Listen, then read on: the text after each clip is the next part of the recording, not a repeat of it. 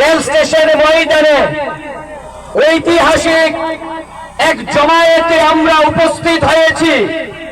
আজকের এই সভার সম্মানিত সভাপতি, আজকে এখানে উপস্থিত এই বিশালগড় সহ গোটা সিপাহীজলা থেকে আগত বিভিন্ন সমাজসেবীরা যারা এখানে উপস্থিত হয়েছেন এবং আজকের এখানে যারা উপস্থিত হয়েছেন নিজের অধিকার রক্ষার স্বার্থে সকলকে আমার পক্ষ থেকে সংগ্রামী অভিনন্দন, প্রাণ ভরা ভালোবাসা এবং লড়াইয়ের আগাম সমাপ্তা দিয়ে আপনাদের সাথে দু চারটি কথা বলছি।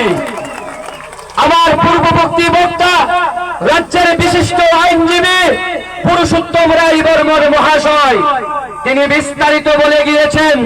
আমি আপনাদের সময় নষ্ট করব না।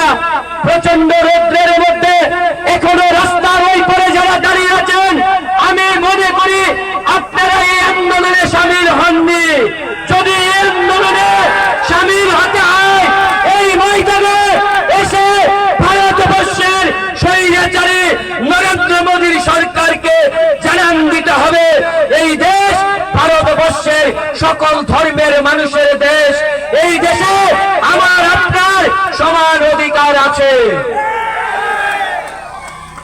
আজ আমরা সেই অধিকার নিয়ে এখানে এসেছি। অল্প সময়ের মধ্যে আপনাদের সামনে আমার কথা বলে বিদায় নিয়ে যাব আজকের মতন। বিস্তারিত বলার চেষ্টা করেছেন আমার পূর্ববর্তী বক্তা। শুধু আমি আপনাকে একটা জিনিস দেখাচ্ছি, একটা জিনিস বোঝানোর জন্য বলছি।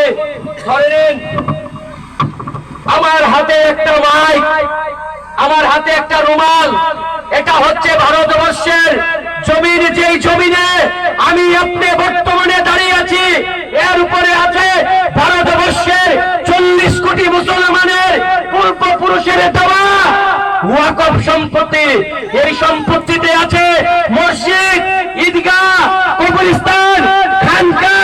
ভারতবর্ষের সরকার সুপরিকল্পিতভাবে এই মাটি টান দিয়েছে, যেই মাটির মধ্যে আমার আপনার পূর্বপুরুষ 3.5 হাত মাটির নিচে শুয়ে আছে।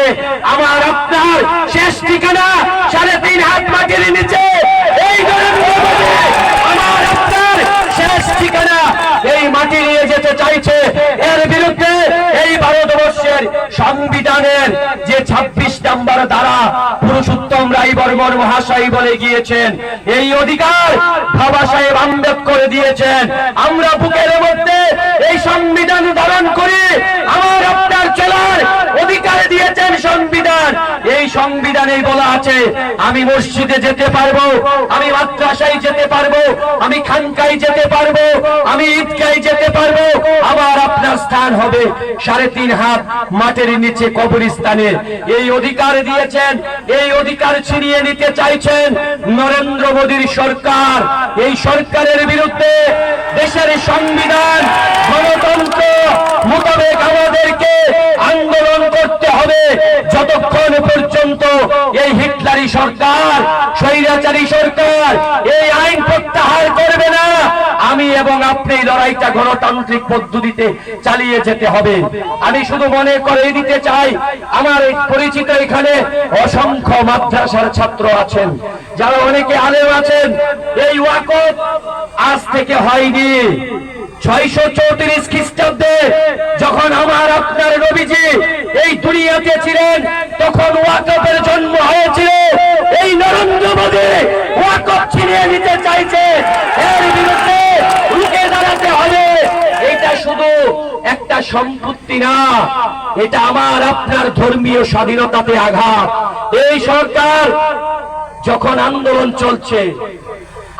চলছিল, হঠাৎ করে একটা ষড়যন্ত্র যে মনে হচ্ছে এই ভারতবর্ষের জমিন মুসলমানরা দখল করে রেখেছেন, তার জন্য একটা হিন্দু মুসলমানের খেলায় ওনারা মেতে উঠেছেন।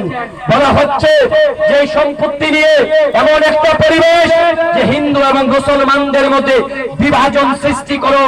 মনে রাখবেন, হিন্দুরা আমাদের বিপক্ষে না, এই আন্দোলন শুধু মুসলমানদের না, এই আন্দোলনে তালি পড়ে দেবেন। শুনে যান, এই আইনটা যেদিন পাশ হচ্ছিল ভারতবর্ষের সংবিধান সংসদে, এই যে কাগজ ছিলেন তো, এই 16 পাতা নরেন্দ্র মোদীর কালো আইন, এই আইন মানি না, এই আইন মানি না, এই আইন মানি না, মানি না।